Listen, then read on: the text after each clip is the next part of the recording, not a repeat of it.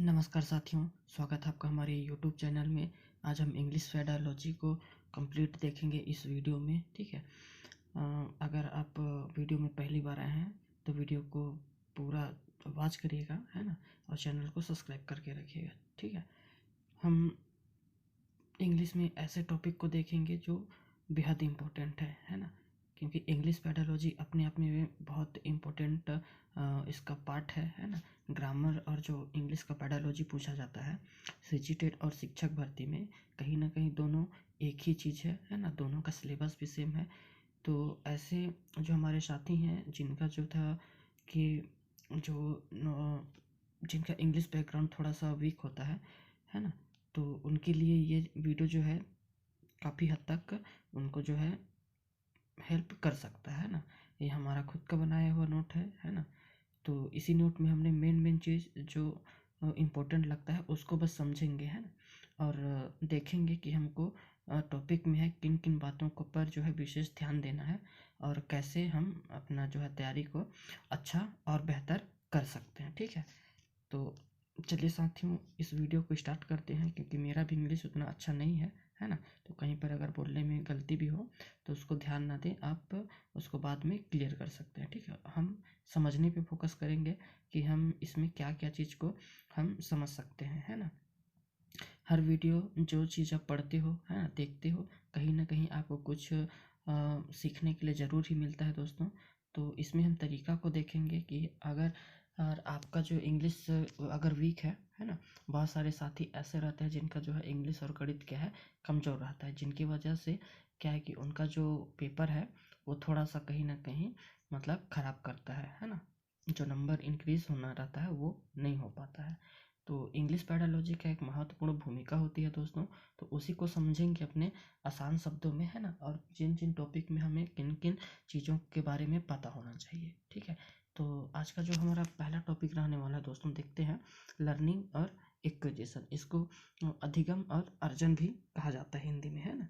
आपका अगर हिंदी का पैडालॉजी का वीडियो नहीं देखे होंगे तो आप हिंदी का जो है एक अलग पेडालॉजी के नाम से प्लेलिस्ट बना हुआ है दोस्तों, आप उसमें जा कर के देख सकते हैं उस वीडियो को। ठीक है। और बाल विकास का भी हमने कई सारा जो थ्योरी क्लास है उसका डाला हुआ है ना, उसको भी जा कर के आप ज़रूर देखिए। आपको कुछ ना कुछ उसमें बेहतर जानकारी देखने और सीखने के लिए ज़रूर मिलेगा, है ना। तो अब समझते हैं लर्निंग, है ना। तो लर्निंग जो होता है दोस्तों, इसको जो है लर्निंग करने के लिए क्या है कि विद्यार्थी का इच्छा होना चाहिए, तभी वह क्या करता है कि सीख सकता है ना। और जो एक्विजिशन होता है ये मनुष्य में क्या होता है, जन्मजात होता है। ये नेचुरल तरीका से जो है किसी भी चीज़ को सीखते जाता है ना। तो आपको इतना चीज़ें मतलब कि क्लियर हो गया होगा। अब आगे देखते हैं, है ना।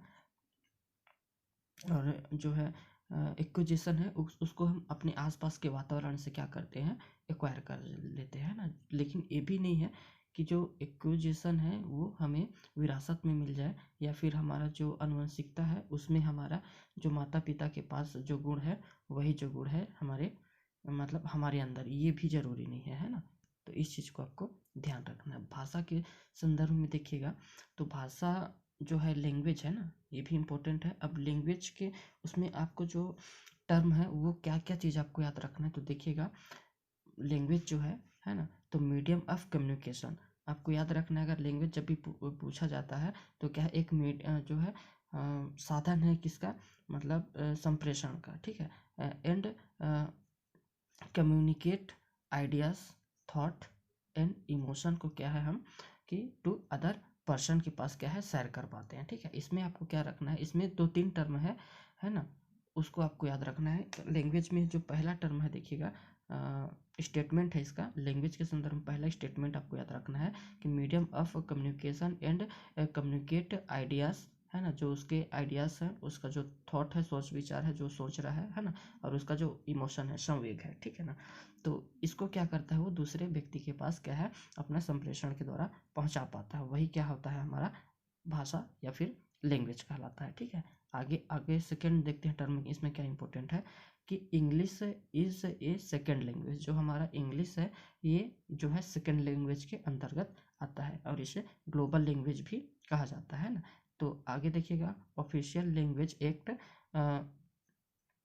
1963 के तहत इसे क्या माना गया है, आपको याद रखना है, इस टॉपिक को याद रखना है कि एसोसिएट ऑफिशियल लैंग्वेज हमें इसे माना गया है, ठीक है ना। तो इसमें कंफ्यूज नहीं होना है दोस्तों, बेहद इंपॉर्टेंट लाइन है ना।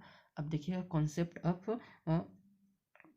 एक्विजिशन, है ना, अर्जन की। अब हम कुछ कॉन्सेप्ट को देखते हैं कि इसमें आपको क्या क्या टर्म याद रखना है, ठीक है ना। तो इसमें देखिएगा पहला स्टेटमेंट है इसका, when language is learned naturally, है ना, विदाउट एनी सिस्टमेटिक प्रैक्टिस। क्या है, वातावरण के अनुसार जो है व्यक्ति जैसा उसका वातावरण नेचुरल तरीका से है उसको जो एक्वायर कर लेता है। इसमें क्या रहता है कि विदाउट एनी क्या है सिस्टमेटिक प्रैक्टिस, हमें जो है जब हम भाषा को सीखते हैं, जब हम भाषा को अर्जन करते हैं तो हमें उसका जो है कोई भी सिस्टमेटिक तरीके से, है ना, बिना कोई प्रयास के अभ्यास के हम क्या है भाषा को सुन सुन करके अपने वातावरण के अनुसार जो हमारा परिवेश है, घर का जैसा माहौल है, जैसा घर में जो भी भाषा यूज किया जाता है ना, उसको जो है बच्चा अपने आप धीरे धीरे उसको सीख जाता है ना। उसके लिए उसके कोई भी मेहनत या प्रैक्टिस नहीं करना पड़ता। पहले स्टेटमेंट की आपको इसमें क्या रखना है कि जो है आपको याद रखना है नेचुरली जो है विदाउट एनी सिस्टमेटिक प्रैक्टिस का क्या है बच्चा भाषा को अर्जन करता है, ठीक है। आगे देखिएगा, it reference to the process of learning a native और ए सेकेंड लैंग्वेज, है ना।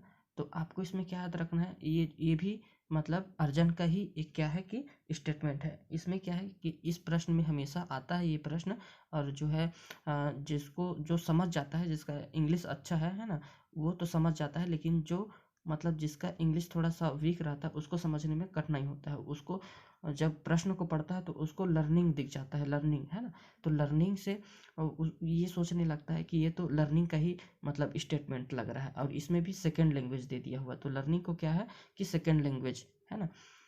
हम क्या सोचते हैं कि लर्निंग में जब हम सेकेंड लैंग्वेज को सीखते हैं, लेकिन ये अर्जन का ही एक का क्या है कि स्टेटमेंट है। तो इसको आपको याद रखना है, इसका जो पूरा स्टेटमेंट है यहाँ से लेकर के दोस्तों, एक मिनट, यहाँ से देखिएगा, यहाँ से लेकर के कंप्लीट ये एक स्टेटमेंट है किसका, अर्जन का।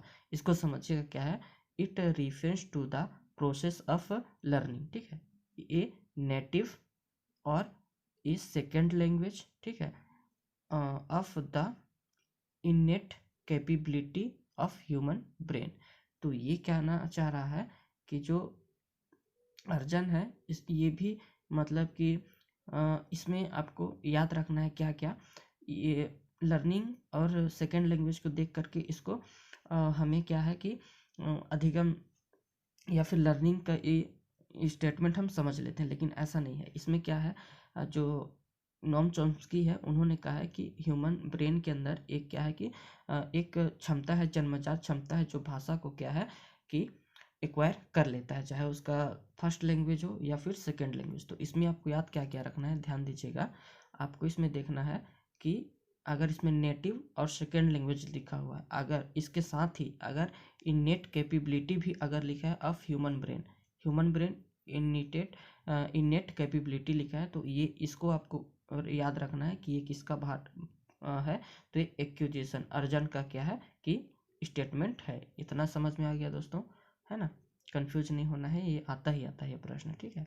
आगे देखिएगा, अगला है कि लर्नर्स, है ना, acquire language when it is use in naturally, जो है नेचुरल इन्वॉल्वमेंट, है ना।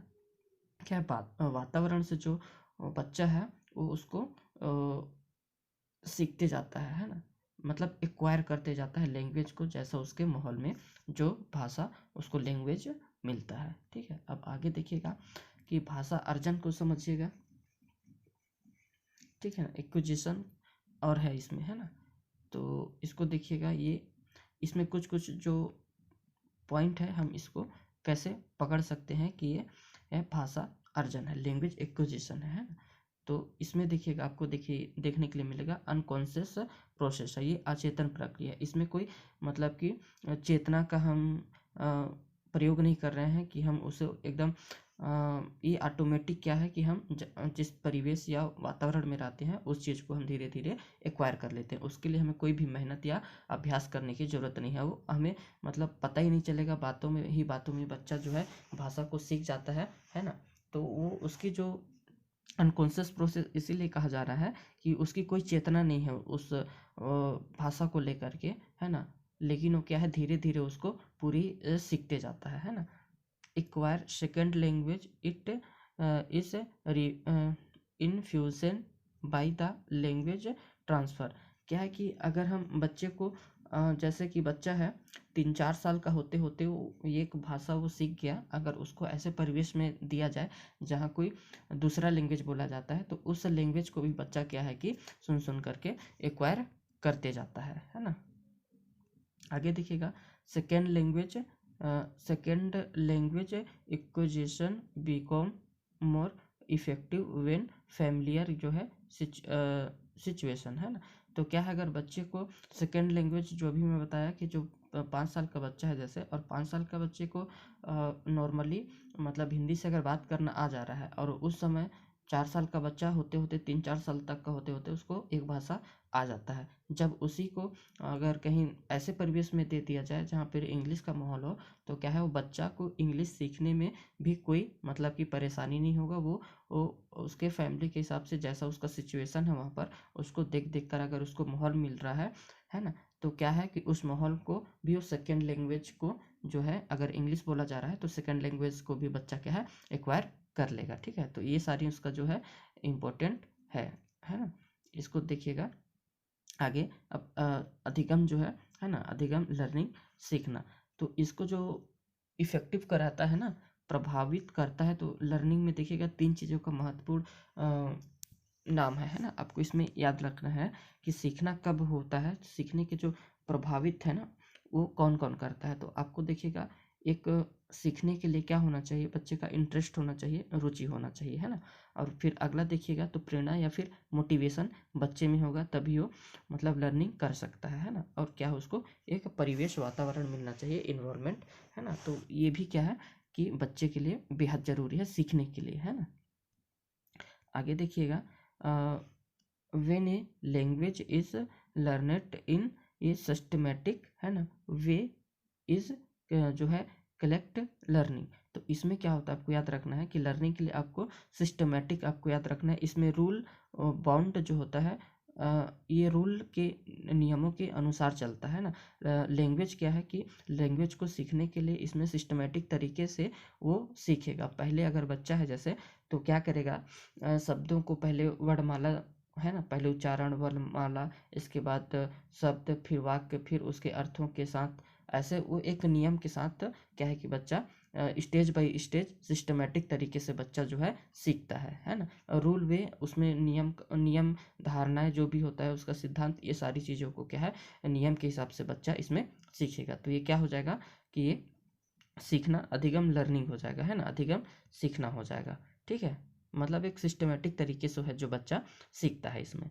आगे आगे स्टेटमेंट देखिएगा कि learning is a language is all inclusive process. अब इसमें क्या रहता है कि बच्चा एक जब लर्निंग करता है तो पूरा समावेशी प्रक्रिया से होकर के बच्चा सीखता है, जिसमें कहने का मतलब ऑल इंक्लूसिव मतलब कि जिसमें सुनना, बोलना, पढ़ना, लिखना, ये सारी चीज़ें क्या है उसमें सम्मिलित होता है ना। आगे देखिएगा learning is a meaningful process. अब इसमें क्या है कि जब लर्निंग एकदम मतलब सिस्टमेटिक तरीके से सीख रहा है, उसको चरणबद्ध चरण स्टेप बाय स्टेप जैसे वो बढ़ता है, तो पहले वाक वर्ण को पहचानना, फिर वाक शब्दों को, है ना, जोड़ जोड़ करके फिर बच्चा उसको पढ़ना सीखता है। जब पढ़ना सीखता है तो उसको क्या है जब वो शब्दों से जब वाक्य बनाना स्टार्ट करता है ना, तो उसको एक मीनिंगफुल के साथ, अर्थपूर्ण के साथ क्या है कि लैंग्वेज को सीखता है ना। जैसे बच्चा घर में ही अगर पानी बोलना सीख रहा है तो उसको वो धीरे धीरे क्या है बोलने के साथ साथ जब देखता भी है तो, है ना, उसका अर्थ को भी ग्रहण करता है कि हाँ ये चीज़ें पानी है, तो ये उसके दिमाग में स्टोर होते जाता है। तो लर्निंग में क्या है उसी है मतलब कि एक ये भी एक मीनिंगफुल जो है प्रोसेस है, तो इसको आपको याद रखना है ना। अब आगे देखिएगा language is done with the use of skill मतलब प्रैक्टिस। क्या है कि कौशलों का भी प्रयोग होना है। तो लर्निंग में क्या है कि हमें बार बार क्या है कौशलों का जो है अभ्यासों का करना बहुत ज़रूरी है। क्या है स्किल क्या है, ये बिना स्किल प्रैक्टिस का जो है ये नहीं मतलब लर्निंग हम नहीं कर सकते, है ना। तो बेहद ज़रूरी पॉइंट है, ये सबको आपको याद रखना है। और learning is a conscious process, है ना। और एक्विजिशन क्या था, अनकॉन्शियस था। और ये क्या है कि कॉन्शियस है, मतलब कि एक चेतना, कॉन्शियस मतलब कि चेतना से चेतना भरी प्रक्रिया है, जिसमें हमें सोचने के लिए मजबूर होना पड़ता है ना। लर्निंग अगर हमको करना है तो हमें ध्यानपूर्वक उस चीज़ को मतलब समझना, सारी चीज़ें, है ना। तो हमारी जो चेतना काम उसमें जागृत रहती है ना। हमें लगता है कि हम किसी चीज़ को सीख रहे हैं, ठीक है ना। आगे देखिएगा, and it is more effective when it is done in A meaningful situation और फेमिलियर इन्वायरमेंट। वही चीज़ है कि कॉन्शियस भी है ना। और इसमें आपका जो है मीनिंगफुल सिचुएशन, और क्या है कि इसमें वातावरण का भी बहुत रोल होता है ना। जैसे वातावरण बच्चे को मिलेगा, वो जो चीज़ सीखेगा वो मीनिंगफुल के साथ क्या है, धीरे धीरे उसको लर्निंग करते जाता है ना। ये सारी चीज़ें आपके लिए बेहद इंपॉर्टेंट है साथियों। अब आगे देखिएगा, अगला पॉइंट है, स्टेटमेंट है, इनपुट रिच कम्युनिकेशन इन्वायरमेंट और ए प्री रिक्वेस्ट फॉर लैंग्वेज, है ना। अब ये क्या है कि इनपुट रिच कम्युनिकेशन के लिए इन्वायरमेंट क्या है, उसको प्रॉपर ए प्री लैंग्वेज को लर्निंग करने के लिए बेहद इंपॉर्टेंट होता है ना। आगे देखिएगा, learning without interest is known as rote learning. क्या है कि जब हम लर्निंग करते हैं, तो जब लर्निंग करेंगे तो हम हमारा जब तक इंटरेस्ट नहीं होगा या बच्चे का इंटरेस्ट नहीं है, तब तक वो मतलब सीख नहीं सकता, है ना, लर्निंग नहीं कर सकता। हम क्या है कि स्टूडेंट को उसको रटा नहीं सकते हैं। अगर जैसे कि मेरे को इंग्लिश लैंग्वेज सिखाना हो या फिर कोई अदर इंटरनेशनल अगर कोई लैंग्वेज हो, है ना, तो क्या है कि हम जब तक बच्चे का उसको सीखने का इंटरेस्ट नहीं है ना, तो उस लैंग्वेज को हम उसको रटा नहीं सकते हैं। और वो जब तक कम्युनिकेशन नहीं करेगा, है ना, बार बार उस भाषा का प्रयोग नहीं करेगा, तो क्या है उसका जो वर्बल है ना, वो चीज़ें उसमें मतलब लर्निंग में कहीं ना कहीं प्रॉब्लम करेगा ही करेगा, ठीक है। अब आगे देखिएगा, learning is a relative permanent change in behaviour. मतलब क्या करता है ये कि जब हम लर्निंग करते हैं तो कुछ ना कुछ हमारा जो व्यवहार है उसमें परमानेंटली हमारा जो अ, व्यवहार है उसमें क्या है कि चेंजेस आपको देखने के लिए मिलता ही मिलता है। तो ये सारी चीज़ें क्या था, स्टेटमेंट ये सभी, है ना, किससे रिलेटेड है, तो ये सभी रिलेटेड है किससे, लर्निंग से। लर्निंग में आपको ये सारी चीज़ें देखने के लिए मिलेगा, है ना। आगे देखते हैं कुछ जो इम्पोर्टेंट परिभाषाएं हैं दोस्तों, है ना, लर्निंग अधिगम से संबंधित। तो पहला देखिएगा परिभाषा, गोट्स ने क्या कहा है। तो इन्होंने कहा है कि change in behaviour due to experience, है ना। इन्होंने कहा है कि अनुभव द्वारा व्यवहार में क्या है, परिवर्तन लाना ही क्या है, अधिगम कहलाता है, अधिगम है ना। और वुडवर्थ का कहना है कि न्यू नॉलेज और न्यू स्किल।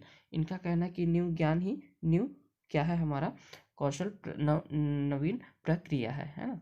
तो ये जो स्टेटमेंट है बेहद इंपॉर्टेंट है, इसको आपको याद रखना है। बस इसमें आपको अगर गेट्स रहेगा तो उसमें change in behaviour due to experience की बात करेगा। वुडवर्थ किसकी बात करता है, तो न्यू नॉलेज से न्यू स्किल की बात करता है। क्रो एंड क्रो का क्या हैबिट्स नॉलेज के बारे में क्या है कि ये क्रो एंड क्रो का जो है बात करते हैं। अब इसमें देखिएगा जो लर्निंग की जो विशेषताएं हैं उसको समझिएगा, है ना। अब इसमें क्या है, बेहद इंपॉर्टेंट है, आपको बस इसमें याद रखना है जो मेन चीज़ है वो चीज़ आपको याद रखना है ना। इसमें और भी है, लेकिन अगर विशेषता है तो आपको उसमें यूनिवर्सल देखने के लिए मिलेगा, है ना। आप की पॉइंट से कैसे पहचान पाओगे, क्योंकि हमारा जो इंग्लिश है वो थोड़ा सा अगर वीक है, तो हमें बस उन्हीं चीज़ों पे फोकस करना है ना। अगर लर्निंग की जो है कैरेक्टरिस्टिक्स अगर पूछा जा रहा है तो आपको किन किन चीज़ों को देखने के लिए ऑप्शन में मिलेगा, है ना। तो ये जो की पॉइंट है आपके लिए, हमें कैसे पहचानना है लर्निंग के विशेषता में, है ना। तो आपको वहाँ पर देखिएगा कि यूनिवर्सल है जो लर्निंग है, ये जो है सार्वभौमिक है ना। और ये है गोल ओरिएंटेड है ना, मतलब उद्देश्य पूर्ण है ये, और लाइफ लॉन्ग है, जीवन पर्यंत क्या है कि लर्निंग हमें करना होता है, हम सीखते रहते हैं, है ना। जन्म से लेकर के मृत्यु तक कुछ ना कुछ हम जरूर सीखते ही रहते हैं, ठीक है। ऑर्गेनाइजेशन ऑफ एक्सपीरियंस, ये एक अनुभव का क्या है कि संगठन है, ये कह सकते हैं, है ना। प्रोसेस ऑफ एडजस्टमेंट, ये समायोजन की एक प्रक्रिया है, ठीक है। तो ये सारी चीज़ें क्या है, इसकी विशेषता है। आपको जब भी विशेषता पूछा जाएगा लर्निंग का, तो आपको इन चीज़ों का, इन मतलब कि शब्दों का आपको वहाँ पर दिखेगा। तो ये इससे होगा क्या कि आपको एक पहचान मिल सकता है कि अगर आपकी लर्निंग की अगर कैरेक्टरिस्टिक्स, अगर विशेषता जो पूछा जा रहा है, तो हमें किन किन की पॉइंट्स को ढूंढना है ऑप्शन में, ठीक है ना। आगे देखिएगा, बेहद इम्पोर्टेंट है ये, है ना, जितना भी मैं आपको बताने का प्रयत्न कर रहा हूँ, बेहद ज़रूरी इम्पोर्टेंट टॉपिक है, क्योंकि ये चीज़ें जो है आपको देखने के लिए और पढ़ने के लिए, तो जिनका इंग्लिश बैकग्राउंड है उनको ज़्यादा दिक्कत नहीं होता है, लेकिन जिनका इंग्लिश थोड़ा सा वीक है उनके लिए थोड़ा सा समझ पाना क्या है, बहुत कठिन होता है ना। तो सीखने के मतलब सीखने को जो प्रभावित करने वाला तत्व है उसको देखिएगा फैक्टर, है ना, इफेक्टिंग जो है लर्निंग। तो इसको देखिएगा दो टाइप में बांटा जाता है, एक जो है वातावरण के हिसाब से और एक व्यक्ति का रख के, है ना। तो पर्सनल है ना, जो पर्सन है, पर्सन फैक्टर, और दूसरा में क्या आता है कि इन्वायरमेंटल जो है फैक्टर। इसमें इम्पोर्टेंट आगे देखिएगा लर्नर्स, है ना, और टीचर्स। जो पर्सनल जो इफेक्टर होता है, फैक्टर होता है, उसमें आपको देखने के लिए मिलेगा एक लर्नर्स हो सकता है ना, शिक्षार्थी से संबंधित होता है या जो अधिगम कर रहा है उससे, और दूसरा क्या होता है, शिक्षक से संबंधित होता है, टीचर से संबंधित होता है ना। अब आगे की बात करें तो देखिएगा लर्निंग जो है फैक्टर का जो है मेन जो की पॉइंट है, आपको मतलब कि जो उसका देखने के लिए मिलेगा कि उसको आपको याद रखना है। इसमें आपको मोटिवेशन दिखेगा, है ना, एज का फैक्टर होता है ना, मेंटेलिटी का भी, मेच्योरिटी का भी, परिपक्वता, है ना, जिसको बोलते हैं, इसका भी फैक्टर है, इंटेलिजेंस, बुद्धि का भी फैक्टर है ना, और अधिक क्षमता, स्किल, है ना, एप्टीट्यूड, इसका भी देखने के लिए मिलेगा, ठीक है। ऐसे देखिएगा फिजिकल एंड मेंटल जो है हेल्थ, ये भी आपके लिए प्रभावशाली है ना, और अधिवृत्ति, एटीट्यूड, ये इंटरेस्ट, रुचि, है ना, और ये एक्सपेरेशन जो है लेवल, ये भी आपको क्या है देखने के लिए मिलेगा। तो ये लर्निंग के क्या है दोस्तों, फैक्टर है। आपको इन चीज़ों को, आपको शब्दों को बस पकड़ करके रखना है अपने माइंड में कि क्या क्या लर्निंग फैक्टर में क्या क्या चीज़। अब हिंदी का अभिप्रेरणा जैसे हो गया मोटिवेशन, है ना, एज हो जाएगा, परिपक्वता हो जाएगा, इंटेलिजेंस, बुद्धि हो जाएगा, ठीक है, अधिक्षमता, स्किल, ये थकान, है ना, और ये फिजिकल एंड मेंटल हेल्थ, है ना, एप्टीट्यूड और इंटरेस्ट, ये सारी चीज़ों को क्या है कि आपको शब्दों को है बस माइंड में स्टोर करके रखना है कि अगर लर्निंग फैक्टर अगर पूछा जाएगा तो हमें इन चीज़ों पर विशेष ध्यान रखना है ना। तो अगर आपको इन ऑप्शनों में से अगर कोई दिखता है तो क्या है वो आपको पहचानने में, वहाँ पर अगर 4 ऑप्शन है ना, तो आपको ज़्यादा दिक्कत नहीं होगा, ठीक है। आगे देखते हैं तो टीचर्स, अब टीचर्स फैक्टर में देखेंगे। अब इसमें है कि जो शिक्षक से संबंधित जो है उसको देखिएगा, तो इसमें टीचिंग लर्निंग एक्टिविटीज़ इसमें आ जाएगा, है ना, पाठ्य सामग्री जो है क्रियाएं हैं, ये इंपॉर्टेंट रहेगा। Knowledge of the subject and behaviour, मतलब विषय का ज्ञान, शिक्षक का और व्यवहार, ये भी इम्पोर्टेंट है। अगर टीचर जो है उसको उस सब्जेक्ट का नॉलेज होना चाहिए और उसका जो है व्यवहार का भी महत्वपूर्ण होता है। अगर एक टीचर कैसे फैक्टर होता है ना, तो टीचर से संबंधित जो तत्व हैं उसको आपको ध्यान में रखना है। तो इसमें की कुछ की पॉइंट है उसको आपको रखना है कि टीचर में क्या होना चाहिए कि पाठ्य सामग्री की एक्टिविटीज़ आनी चाहिए, है ना, उसका जो टीचर का है जो नॉलेज है वो सब्जेक्ट के अनुसार होना चाहिए, और उसका बिहेवियर भी इम्पोर्टेंट होता है ना। और आगे देखिएगा तो टीचिंग मेथड एंड क्या है, रेनफोर्स, है। तो टीचर क्या है कि उसकी जो शिक्षण विधियां हैं, है ना, ये भी टीचिंग का जो मेथड है ये भी बेहद इम्पोर्टेंट हो जाता है। और फैक्टर रिलेटेड टू कंटेंट, तो पाठ्य पुस्तक संबंधित अब देखते हैं कि जो है कारक है इसमें से क्या क्या हो सकता है ना। तो पाठ्य पुस्तक का जो है क्या होता है, एक निश्चित क्या होना चाहिए, एक गोल होना चाहिए, या जो मतलब फैक्टर रिलेटेड टू कंटेंट, तो कंटेंट अगर हम बच्चे को बता रहे हैं, है ना, तो उसका एक निश्चित क्या होना चाहिए, उद्देश्य होना चाहिए, गोल होना चाहिए, है ना। और उसकी जो है एक निश्चित क्या होना चाहिए आपको, अगर पाठ्य पुस्तक से पूछा जाए तो आपको याद रखना है गोल हो गया, है ना। और पाठ्य पुस्तक से संबंधित है तो हमें सिलेबस, ठीक है ना। और मतलब पाठ्य पुस्तक की संरचना की प्रकृति, ये भी विषय का क्रम, आकार, यात्रा, है ना, सरल से कठिन, तो इजी टू डिफ़िकल्ट, मतलब कि पहले पाठ्य पुस्तक में सरल चीज़ें होना चाहिए, इजी चीज़ें, है ना। उसके बाद फिर धीरे धीरे फिर क्या है वो कठिन की ओर क्या है कि होना चाहिए, है ना। डिफ़िकल्ट की तरफ उसका जो है क्रम होना चाहिए, है ना। ये बेहद इंपॉर्टेंट लाइन है दोस्तों, ये सबको माइंड में रखना है आपको, है ना। अब देखिएगा पर्यावरण जो है इन्वायरमेंट, है ना, फैक्टर। अब इसमें देखिएगा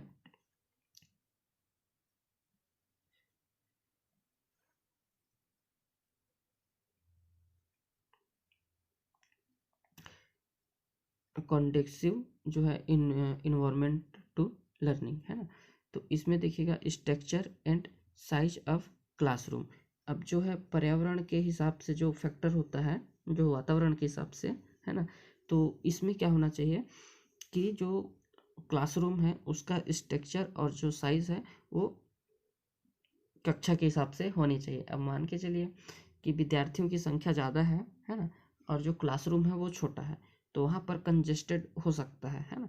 तो आपको इसमें याद रखना है कि अगर पर्यावरण से संबंधित आ रहा है तो आपको क्लासरूम का देखना है, ध्यान देना है कि structure and size of classroom ये प्रॉपर होना चाहिए, है ना। और देखिएगा कि home environment of the learner, मतलब शिक्षार्थियों को जो है, जो स्टूडेंट है, जो लर्नर है, उसको उसके घर के हिसाब से, है ना, उसका जो घर का जैसे माहौल है, इन्वायरमेंट है, वही इन्वायरमेंट हमें क्या है अपने कक्षा में लाने का प्रयास करना है, ताकि कि बच्चे उस चीज़ को बेहतर अपने साथ जो है घुल मिल करके उस चीज़ को अच्छे से अधिगम कर सकता है ना। लर्नर्स जो करेगा, लर्निंग करेगा, है ना। अब आगे देखिएगा टाइप ऑफ लर्निंग। तो इसमें देखिएगा दोस्तों टाइप ऑफ लर्निंग में क्या है कि दैनिक सीखना अधिगम हो जाएगा, मौखिक अधिगम सीखना हो जाएगा, और अवधारणात्मक जो है अधिगम है, ठीक है। अब इसमें देखिएगा मोटर लर्निंग्स, वर्बल लर्निंग्स, है ना, और कॉन्सेप्चुअल जो है लर्निंग। अब इसको देखिएगा, इसमें अब जो दैनिक सीखना अधिगम होता है तो इसमें daily to daily life activities, है ना। इसमें क्या है कि जो बच्चा जो डेली लाइफ में, जो डेली टू डेली लाइफ में एक्टिविटी करता है उस पर हम अपने को काम करना है, उसके माध्यम से बच्चों को क्या है कि लर्निंग देना है ना। तो इसमें क्या हो जाता है देखिएगा कि जैसे उसमें वॉकिंग करना हो गया, रनिंग करना हो गया, क्लैम्बरिंग करना हो गया, है ना। ये सारी चीज़ों के माध्यम से हम क्या है बच्चे को अपने जो है लर्निंग का हिस्सा बना सकते हैं, ठीक है ना। अब दैनिक जीवन के उसमें डे टू डे लाइफ में जो बच्चा घर में एक्टिविटी करता है, ये सारी चीज़ें से हम क्या है उसको अपने जो चीज़ सिखाने का उद्देश्य है उससे हम उसको कनेक्ट कर सकते हैं, ठीक है। और अगला देखिएगा वर्बल लर्निंग। तो मौखिक जो है अधिगम में, तो इसमें पिक्चर के माध्यम से, सिंबल के माध्यम से, है ना, वर्ड के माध्यम से, साउंड वाले जो है उपकरण यूज हम कर सकते हैं और बच्चे को दिखा सकते हैं, सुना सकते हैं, है ना। तो ये वर्बल लर्निंग से कनेक्ट करके हम क्या है बच्चे को जो है लर्निंग दे सकते हैं, सिखा सकते हैं, है ना। और आगे देखिएगा कौन अवधारणात्मक अधिगम, कॉन्सेप्चुअल जो है लर्निंग, इसमें क्या होगा कि थिंकिंग, चिंतन हो जाएगा, है ना, रीजनिंग, है ना, और इंटेलिजेंस, ये सब पर क्या है कि हमें कंसेप्ट के अनुसार जो बच्चे का चिंतन है, सोचने का है, तर्क करने का है, बुद्धि पे अपन क्या है कि उसके आधार पर इसमें उसका लर्निंग को बढ़ावा दे सकते हैं, ठीक है ना। आगे देखिएगा अब जो थ्योरी है नॉम चॉम्स्की जी का, ये भी इम्पोर्टेंट है अपने आप में, इसका भी जो है क्वेश्चन आपको देखने के लिए मिलता ही मिलता है, चाहे सीजी स्टेट हो, अगर जहाँ पर इंग्लिश पेडालॉजी की बात हो, और वहाँ पर जो है नॉम चॉम्स्की हो गए, वाइगोस्की हो गए, है ना, ये जो कुछ कुछ चीज़ें हैं जिन्होंने भाषा के सापेक्ष में अपना जो तथ्य दिया था, ये चाहे हिंदी हो या फिर इंग्लिश हो, ठीक है ना, दोनों में ये बेहद इम्पोर्टेंट है तो इसको समझिएगा। अगर जहाँ पे आपको की पॉइंट याद रखना है, एलईडी और एलएलडी, ये दो चीज़ ऐसे हैं जो आपको याद रखना है। ये किससे संबंधित हैं? तो नॉम चॉम्स्की से संबंधित है, ठीक है ना, क्योंकि ये पूछा ही पूछा जाता है। अब एलईडी का फुल फॉर्म भी कभी कभी पूछ लिया जाता है, तो आपको याद रखना है। एल से क्या होता है? लैंग्वेज, ए से हो जाएगा एक्विजिशन, डी से क्या हो जाएगा? तो डिवाइस हो जाएगा। LLD है ना, तो इसमें लैंग्वेज लर्निंग डिवाइस बोला जाता है ना। और इसमें की पॉइंट क्या रखना है आपको कि इनेट एबिलिटी, है ना, ये किसकी बात करता है? ये नॉम चॉम्स्की जी का है ना। और यूनिवर्सल ग्रामर, जिसको शॉर्ट में यूजी भी बोलते हैं। तो ये दो चीज़ें हैं जो आपको याद रखना बेहद इम्पोर्टेंट है ना। अब और आगे देखिएगा की पॉइंट, ठीक है। और hypothetical tool hard wired into the brain, मतलब ये ब्रेन पर कहीं ना कहीं होता है जो हाइपोथेटिकल होता है ना, मतलब एक कल्पना के रूप में होता है, संवेदनशील। अगर हम माइंड पे कहीं पे देखेंगे तो वो चीज़ अपने को दिखेगा नहीं कि कोई पार्ट हो या फिर कोई अंग हो। क्या है, उम्र के हिसाब से जब एलईडी बच्चा 5 साल या 6 साल से ऊपर होता है, जैसे जैसे उसकी एज जो बढ़ती है, तो फिर उस बच्चे का एलईडी क्या है, धीरे धीरे कमज़ोर होने लगता है। अब नॉम चॉम्स्की जी के इसमें जो एलईडी वाला जो सिस्टम है ना, इनकी जो नॉम चॉम्स्की के थ्योरी में आपको इन चीज़ों का ध्यान रखना है। देख लीजिएगा, ये किसकी बात करता है? तो इनेट एबिलिटी, अगर आपको दिख रहा है तो नॉम चॉम्स्की जी का बात होगा। यूनिवर्सल ग्रामर क्या है? एलईडी क्या है? यूनिवर्सल ग्रामर है ना। और देखिएगा हाइपोथेटिकल टूल है ना, जो कहीं ब्रेन में है लेकिन वो क्या है कि दिखता नहीं है, ठीक है। और हाइपोथेटिकल स्टेज जो है ना, तो संवेदनशील का जो समय होता है ना, इसका ये 0 से 5 साल तक सबसे तेज होता है ना। जो क्रिटिकल पीरियड होता है नॉम चॉम्स्की जी के हिसाब से, तो 0 से 5 साल का सबसे क्रिटिकल टाइम होता है इसका, है ना, लैंग्वेज को सीखने के लिए, ठीक है। आगे देखिएगा, ही also stage that all children और born with an understanding of the rule of language, they simply need to acquire जो है वेकोबुलरी। इसमें कहने का मतलब ये है कि जो बच्चा जो है अपने स्टेज के हिसाब से उसमें अंडरस्टैंडिंग रूल, वो क्या है कि जो चीज़ सीखता है, एक्वायर करता है ना, तो उसको क्या है उस भाषा के बारे में कोई भी रूल या रूल से संबंधित नहीं सीखता है ना, मतलब कि वो सिंपली ही उसको सुन सुन करके अपना जो है सीखते जाता है। और जो सीख रहा है शब्द भंडार उसके माइंड पे होता है, तो क्या है कि उसका जो वेकोबुलरी शब्दकोश है, शब्द भंडार उसका क्या है कि काफ़ी हद तक वो सीख जाता है, मतलब 5 साल होते होते बच्चा, ठीक है ना। अब आगे आगे देखिएगा, पियाजे जी का क्या कॉन्सेप्ट था। तो इन्होंने क्या क्या है भाषा के संदर्भ में, इसको देखते हैं। तो इन्होंने कहा this concept stage that learning, है ना, स्टेज जो है विथ एडाप्टेशन एंड एमुलेशन। इन्होंने क्या कहा है कि आत्मसात और फिर एसिमिलेशन का जो है बात किसने कहा है? अगर ये दो टॉपिक आ जाता है तो इसको आपको किससे रिलेट करना है दोस्तों? तो ये पियाजे जी का कॉन्सेप्ट था, है ना। पियाजे जी ने इन दोनों कॉन्सेप्ट की बात कही है, आपको याद रखना है इसमें, ठीक है ना। और was also important to learning language, इसके लिए अगर पियाजे जी ने जो लर्निंग कहा है, लर्निंग के लिए अगर बात किया है तो बेहद इंपॉर्टेंट फैक्टर माना है इसको, है ना। तो एक आत्मसात जिसको बोलते हैं और एसिमुलेशन बोलते हैं, है ना। तो ये दोनों चीज़ बेहद इंपॉर्टेंट है। अब आगे देखिएगा, पियाजे ने जो कॉग्निटिव डेवलपमेंट दिया था, संज्ञानात्मक विकास का सिद्धांत दिया था, है ना। तो इसी को क्या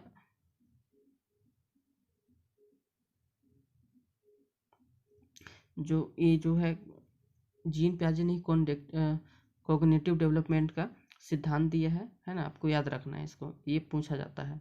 अब आगे देखिएगा, पियाजे ने बच्चों को एक एक्टिव जो है कंस्ट्रक्टर और मतलब बिल्डर बोला है। कंस्ट्रक्टर मतलब बिल्डर, पियाजे ने ही जो है बच्चे लोगों को ज्ञान का जो है निर्माता, है ना, जिसको मतलब नॉलेज ज्ञान का निर्माता कहा है आपको याद रखना है, बिल्डर्स या फिर कंस्ट्रक्टर भी पूछा जाता है ना। और लिटिल साइंटिस्ट, आपको ये जो नाम दिखेगा तो ये भी किससे संबंधित है, तो ये प्याजे जी से संबंधित है। क्यों इन्होंने क्या है कि अपने एक्सप्लोर से क्या है कि वो अपना खोजबीन करके बच्चा जो है सीखता है, ठीक है ना।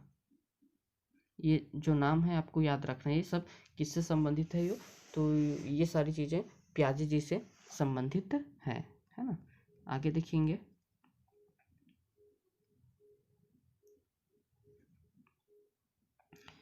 अब आगे फिर देखते हैं और, है ना। तो अर्जन के बारे में एक बार और देखते हैं ताकि आपका थोड़ा और भी रिवीजन होता रहे, है ना। अब इसमें देखिएगा, ये आपको की पॉइंट याद रखना है क्या, जहाँ पर अगर लैंग्वेज एक्विजिशन आ जाए वहाँ पर आपको क्या देखिएगा, नेचुरल प्रोसेस है, आपको की पॉइंट, ये की पॉइंट है, आपको याद रखना है। सारी चीज़ों पे मैं नहीं बात करूँगा क्योंकि हमारा खुद का भी इंग्लिश कमज़ोर है, ठीक है ना। तो इसमें आपको क्या क्या याद रखना है, मेजर चीज़ें, उस पर हम बात कर रहे हैं, है ना। जिनका इंग्लिश अच्छा है, जिनको समझ में आता है, उनके लिए तो और बेहतर मतलब होता है। लेकिन ऐसे भी कई सारे साथी रहते हैं जिनको क्या है, इंग्लिश में दिक्कत होता है ना। तो आपको बस ऐसे ऐसे चीज़ों को पकड़ करके चलना है। जब क्वेश्चन आपके सामने मिलता है तो आपको बस पता होना चाहिए कि इसमें क्या क्या इम्पोर्टेंट है उसको। तो आप जो प्रश्न आपके सामने जब रहेगा तो आप उसको अच्छे से मतलब मैनेज कर पाओगे, है ना।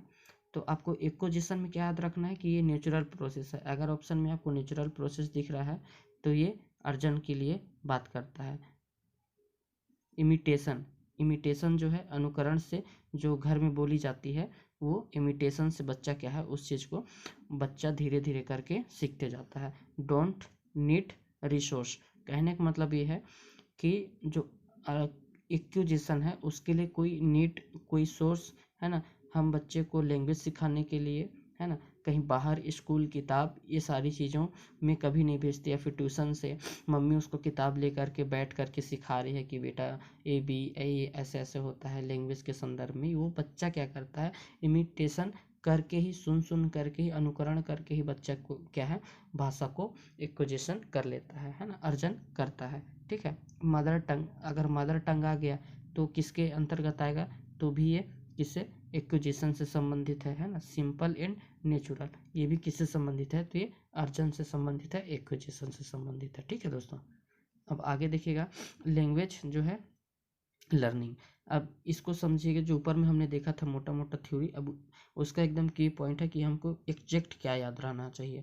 तो देखिएगा, इसमें अगर लैंग्वेज लर्निंग पूछा जा रहा है, एक्विजिशन का हमने बात कर ली, अब लर्निंग के लिए क्या क्या इंपॉर्टेंट है, तो ये सिस्टमेटिक प्रोसेस, आपको इतना याद रखना है कि बस अगर सिस्टमेटिक प्रोसेस आ गया तो लर्निंग है, सिस्टमेटिक प्रोसेस याद रखना है आपको, ठीक है।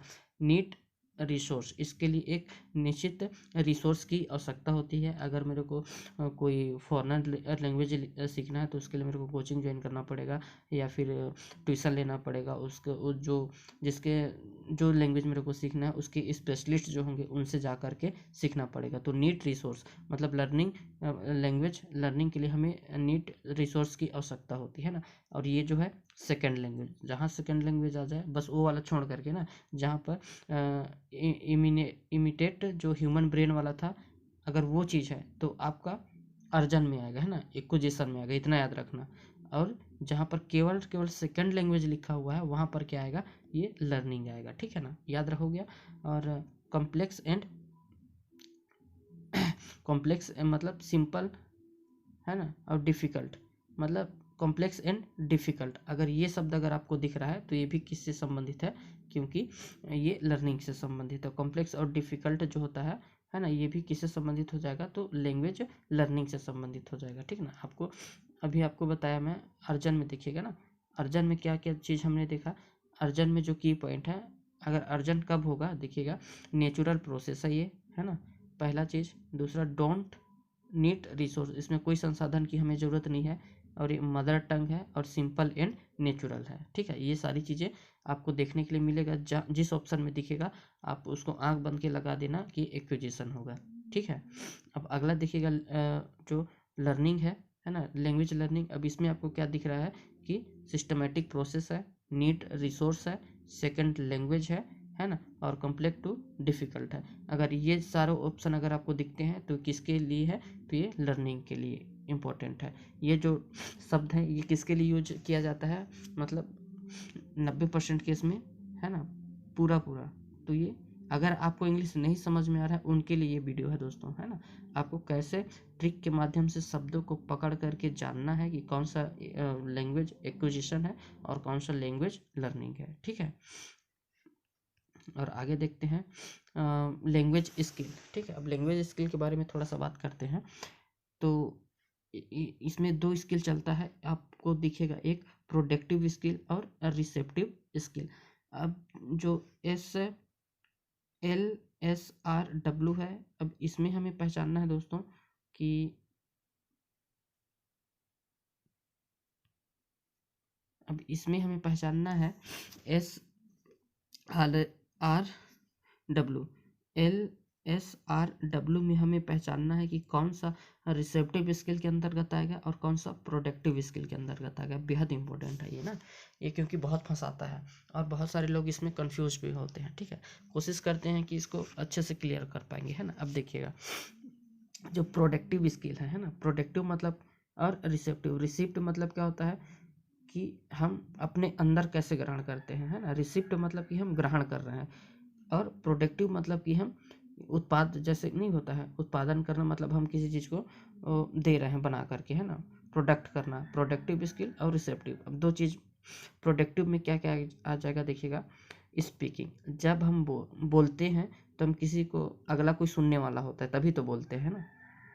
अगर हम बोल रहे हैं मतलब हमारे दिमाग में, मतलब पहले से हमें क्या क्या बोलना है वो डिसाइडेड आते जाता है, हम बोलने से पहले कुछ दिमाग में आता है, इसके बाद बोलते हैं ना। और दूसरा देखिएगा राइटिंग भी जब करेंगे तो लिखेंगे तब भी मतलब हम प्रोड्यूस कर रहे हैं, हम उसको सोच रहे हैं, वो हमारे माइंड पे आ रहा है, इसके बाद हम उस चीज़ को लिख रहे हैं। तो क्या हो जाएगा, स्पीकिंग एस और डब्लू जो होता है, S और W, ये क्या होता है, ये प्रोडक्टिव स्किल होता है ना, याद रखना। और रिसिप्ट कैसे करेंगे, लिसनिंग मतलब जब सुनेंगे तो हम अपने अंदर आएगा, है ना। और रीडिंग, जब हम खुद को पढ़ेंगे, अगर हम रीडिंग करते हैं और जब किताब पढ़ते हैं, तो किताब जब पढ़ते हैं तो हम उस किताब से जो ज्ञान है, नॉलेज है, हम अपने माइंड पे स्टोर कर रहे हैं। इसीलिए ये किस में आता है, रीडिंग जो होता है ये जो आता है किसमें, रिसिप्टिव स्किल में, ठीक है।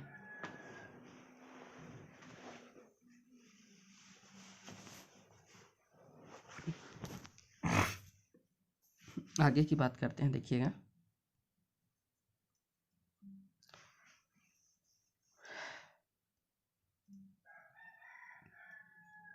प्रोडक्टिव स्किल और रिसेप्टिव स्किल, ठीक है। अब आगे अगर देखेंगे, आपको क्लियर हो गया होगा कि ये वाला S और ये W क्या होता है, प्रोडक्टिव स्किल, आपको याद रखना है इसको, है ना। और रिसिप्टिंग में मतलब कि रिसिप्टिंग में सुनना और फिर लिखना, ठीक है ना। ये किस में आता है, लिसनिंग और राइटिंग, ये रिसेप्टिव स्किल के अंतर्गत आता है ना। अब ये जो क्रम होता है इसका ध्यान रखना है आपको, इसका जो क्रम है ये इसी क्रम पे चलता है ना। आप इसको, ये क्रम देखिए, LSRW, ठीक है, ये क्रम आपको याद रखना है। ये जो है आपस में क्या होते हैं, ये चारों जो होते हैं, जो स्किल है, ये आपस में क्या है, इंटर रिलेटेड है ना। ये एक दूसरे के पूरक है, मतलब ऐसा नहीं है कि अगर बच्चा कोई स्पीकिंग कर रहा है ना, तो वो सुन भी तो रहा है उस चीज़ को, है ना। अब अगर कोई लिख रहा है तो उसको पढ़ भी रहा है, सुन भी रहा है ना। और ये सारी चीज़ें इसीलिए इंटर रिलेटेड है ना। ये चारों कभी भी मतलब सीक्वेंस या फिर ऑर्डर में नहीं सीखा जा सकता। हम ये नहीं कह सकते कि बच्चा पहले लिखना सीख जाए फिर बाद में पढ़ना सीखे, या बोलना सीखे, है ना, स्पीकिंग करना सीखे या फिर राइटिंग करना सीखे। ये क्या है, ऑर्डर में एक साथ पूरा चीज़ें जो है बच्चा उसको सीखते जाता है धीरे धीरे। क्रम बस आपको याद रखना है, SLSRW, इम्पोर्टेंट है ये, है ना।